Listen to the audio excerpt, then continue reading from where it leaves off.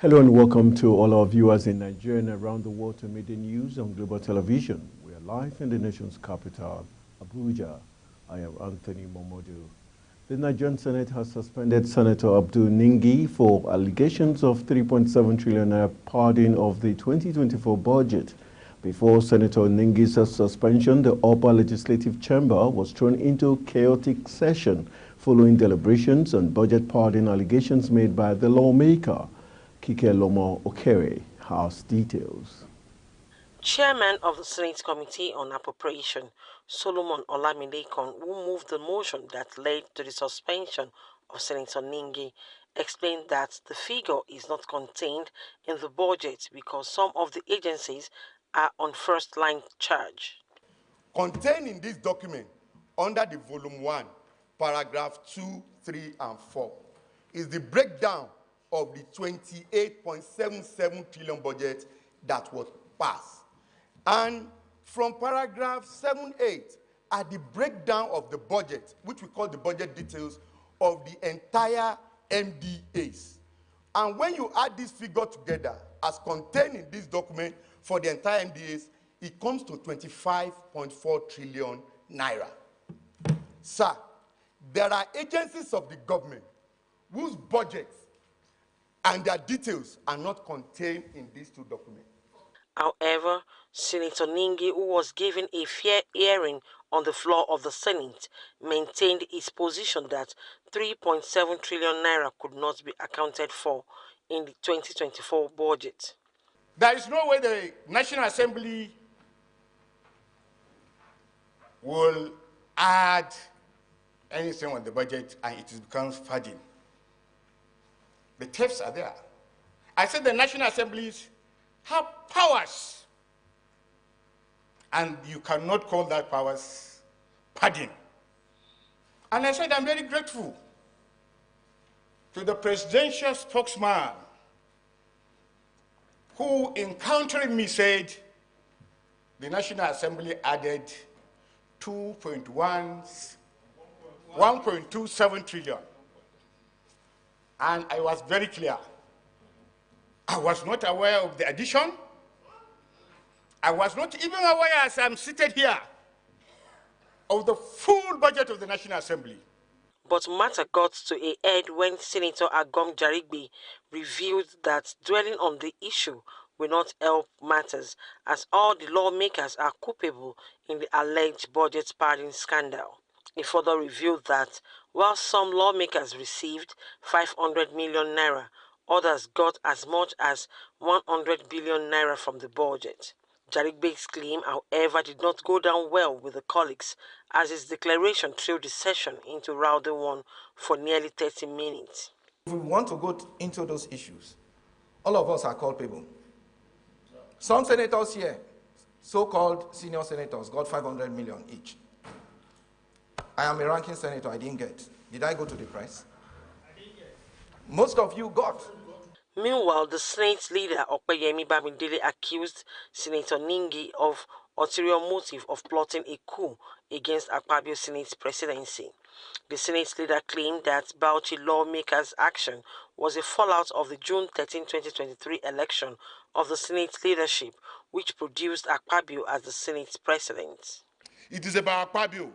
It is about the South. You can now understand why Senator Ningi, we want to use the name of Northern Senators Forum, even when most of them did not agree to this. Stand in this chair.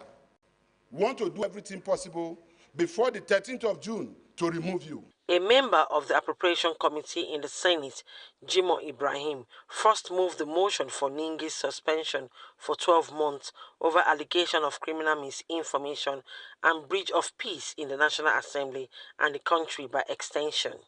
Suspend Senator Abdul Ningi for an initial period of 12 months. 12 months, yes, including his entitlement and privilege as Senator of the Federal Republic of Nigeria of the 10th Senate, and made him to stay away from the National Assembly for the suspended period. 2, the Senate should send a warning letter to Senator Suleiman Abdulrahman Kau, and this should be warned to stop posting, is citing informations that are not right. However, other lawmakers like Asuko Ekpeyon moved the amendment of the motion by Ibrahim. Ekpeyon prayed for the reduction of the suspension. I would like to amend the prayer as moved by Senator Jimo Ibrahim. I amend that the suspension period be reduced to 6 months. I so move. After deliberation under the leadership of the President of the Senate, Godswill Akpabio, the Senate resolved to suspend Senator Ningi for 3 months from all activities of Parliament, while Senator Kawu got off with a warning.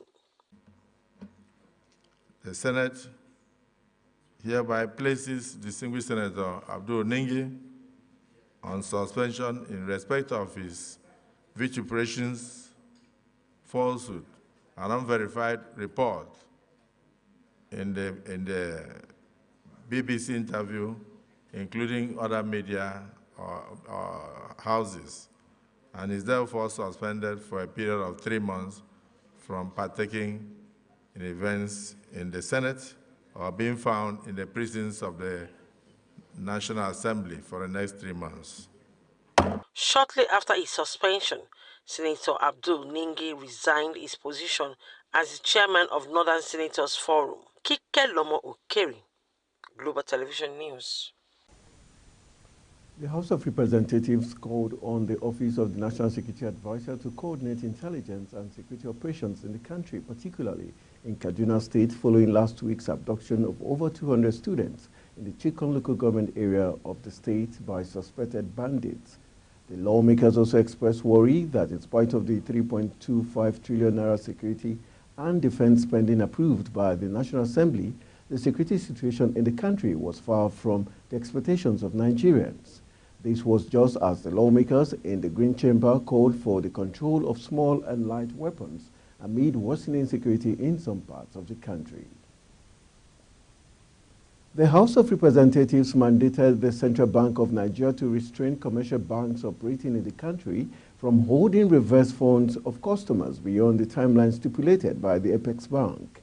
The lawmaker recalled that on June 8, 2020, the CBN in a statement announced timelines for reversals and resolution of refund complaints, including failed on-us automated teller machine transactions.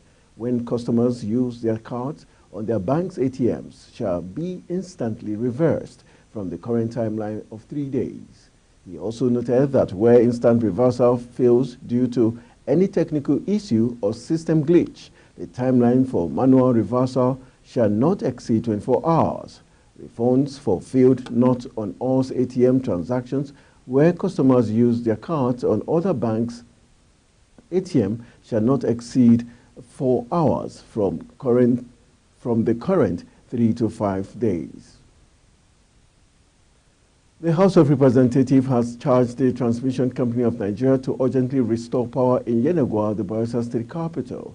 The resolution of the House followed the adoption of a motion titled "Call to Resuscitate the Power Transmission Substation in Yenagoa, Bayelsa State," moved by member requester Yenagoa Kolokuma, Okbukuma Federal Constituency, Bayelsa State, Obuku Ofuji. Leading the debate on the floor of the House during plenary, Ofuji recalled that on September 23, 2023, the 132.33 kV transmission substation serving Yenagoa, the Bayelsa State capital, and its environs was gutted by fire, throwing Yenagoa in total darkness. Subsequently, the state has been struggling to use only a feeder to supply 5 feeders. The federal government has restored the supply of electricity to the Republic of Niger following the directive of President Bola Tinubu that Nigeria's land and air borders with the neighboring country be reopened. On August 3, 2023, the power supply from Nigeria to the Republic of Niger was stopped as part of the sanctions against the neighboring country by the Economic Community of West African States. Earlier in August last year, ECOWAS led by Tinubu imposed sanctions on Niger following a coup that toppled the country's president-elect, Mohamed Bazoum, in July 2023. Officers of the Niger Presidential Guard had on July 26, 2023 arrested Bazoum and declared him deposed. In their reaction, ECOWAS leaders demanded the full restoration of constitutional order in Niger and declared Bazoum's arrest and detention illegal. The federal government, through the Minister of Transportation, Said Al-Khali, has initiated a move to transition Nigerian Railway Corporation locomotives from diesel to liquefied natural gas and compressed natural gas in a bid to steer the corporation towards sustainable energy sources and reduce operational costs. This was disclosed in a statement signed by the ministry's Director of Press and Public Relations, Olujimi Oyetomi. Al-Khali said to have reiterated the desire of President Bola Tinubu's administration to provide Nigerians with efficient, affordable, and sustainable transportation, given the recent removal of subsidy on fuel. The federal government said it would not pay a dime as ransom for the release of over 280 pupils and teachers kidnapped from the government secondary school and the early year primary school in Karuga, Kaduna State. The federal government also said it had received offers to help from the United States and other countries to secure the students' release and was weighing the offers.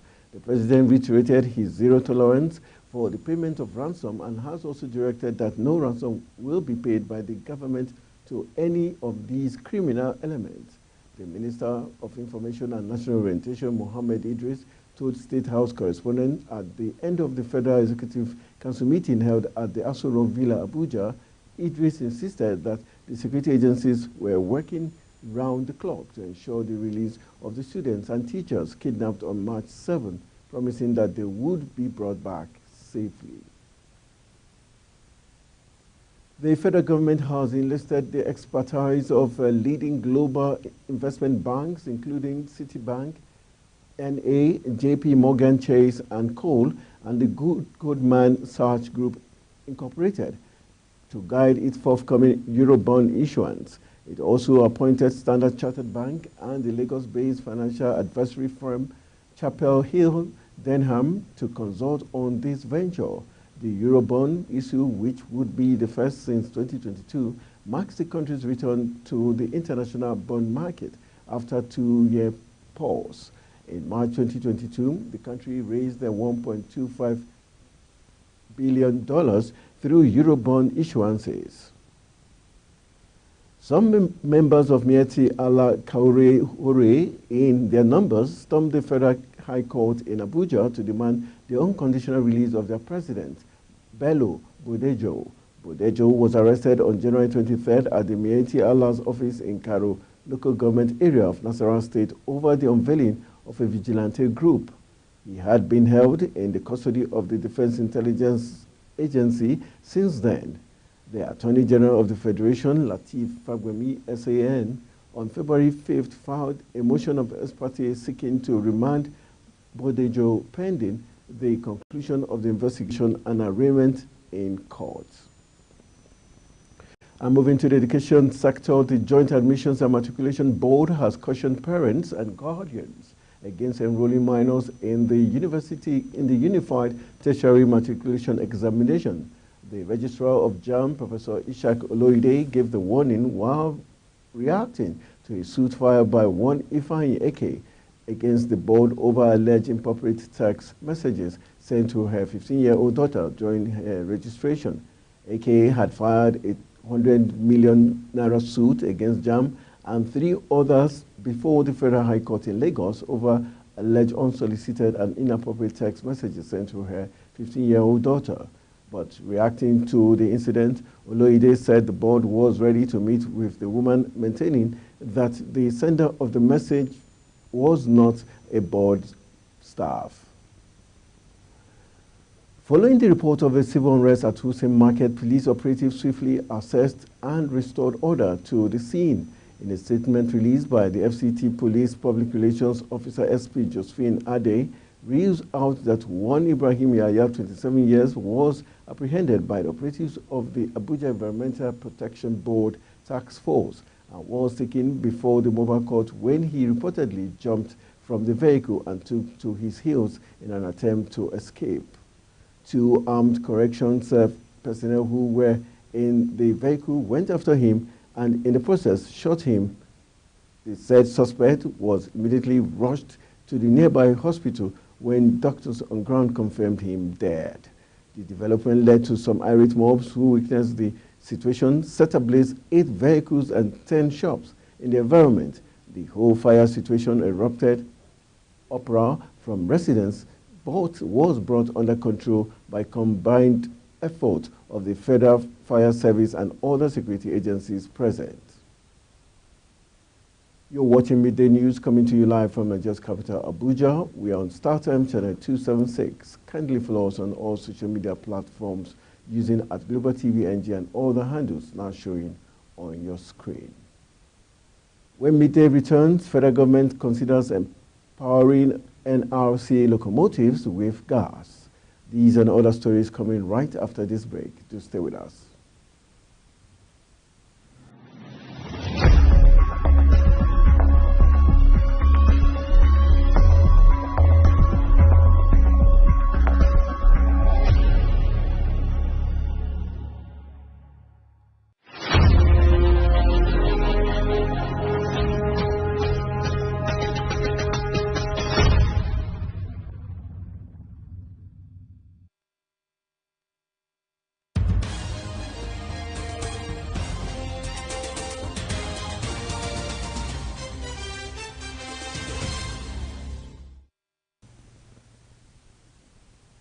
Welcome back from the break. This is Global Television bringing you live broadcast of Midday News. Thank you for staying with us.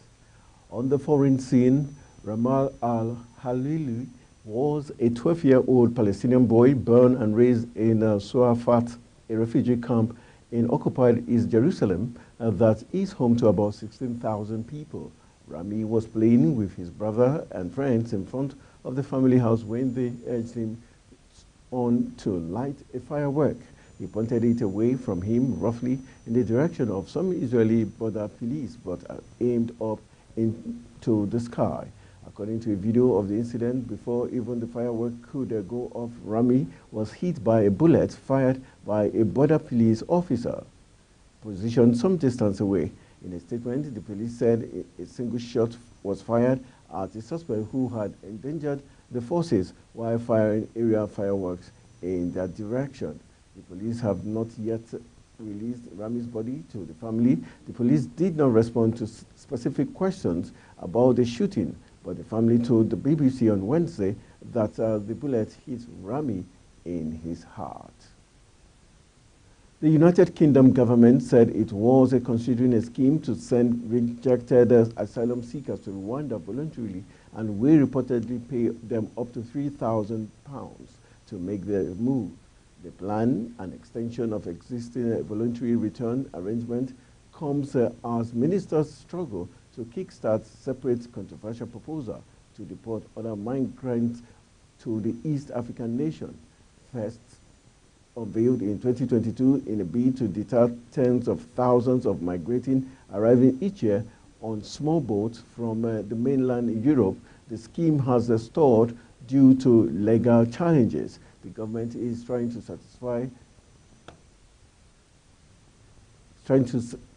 satisfy the UK Supreme Court's ruling that deporting asylum seekers to Kigali is illegal under international law by enacting legislation compelling judges to treat it as safe third country. More than 1,000 U.S. troops are expected to participate in the operation, although the Pentagon says there will be no boots on the ground.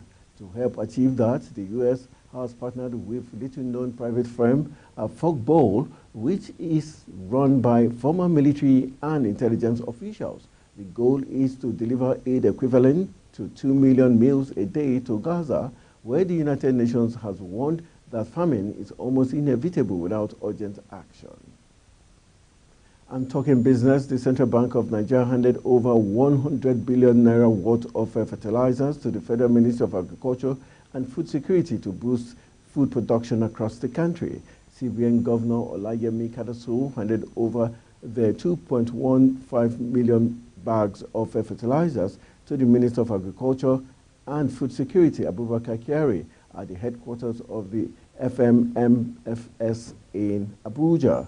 In his address at the handing over ceremony, Kadaso said One of the primary mandates of the CBN was to maintain price stability, stressing that the cost of food was a crucial component of inflation. He explained that while the CBN had been implementing several measures to curb inflation in the short term, the inflationary pressures had remained predominantly driven by the escalating food prices. He, however, pointed out that while transient inflationary measures might persist, the government anticipates a substantial alleviation by the third quarter of 2024. Igbo traders in Lokoja, the Kogi State capital, on Tuesday shut their shops over alleged incessant kidnapping of their wives in the state. The traders, while expressing their grievances over the development, said men of the underworld have continued to target their wives to collect ransom. The protest, which was meant to be for 2 days, was called off on Wednesday by the leadership of the Igbo traders following the intervention of the state government. One of the Igbo traders, who did not wish to be named because he was not authorized to speak, said it was a protest by Igbo traders in Kogi over the incessant kidnapping of their women. It keeps occupying every month. The Chief of Air Staff, Air Vice Marshal Hassan Abubakar, has decried the high cost of fuel prices as well as the introduction of soft charges. According to him, the cost of Jet A1 was about 1,200 naira per litre as against the 360 naira per litre the service budgeted for. Abubakar described this as one of the issues affecting the effectiveness of service. Abubakar spoke during the visit by members of the House of Representatives Committee on Air Force, led by the chairman Kabiru Ruram, to the NAV headquarters in Abuja. According to a statement by the Director of Public Relations and Information, AVM Edward Gambuet, Abubakar pleaded with the National Assembly to permit the Air Force to import Jet A1 fuel to sustain the ongoing air operations. Despite efforts of the federal government to increase oil production, the nation's output, excluding condensate, dropped month on month by 7% to 1.3 million barrels per day in February 2024, from 1.4 million barrels per day in January 2024. However, the OPEC report showed that Nigeria remains the highest African oil-producing country, while Equatorial Guinea lags behind with 47,000 barrels per day. The federal government has invited a memorandum from the public as it begins the probe of private universities established in the last 15 years. The federal government initiated the probe following an investigative report uncovering certificate racketeering in neighboring Benin Republic and Togo. No fewer than 107 private universities were established in the last 15 years.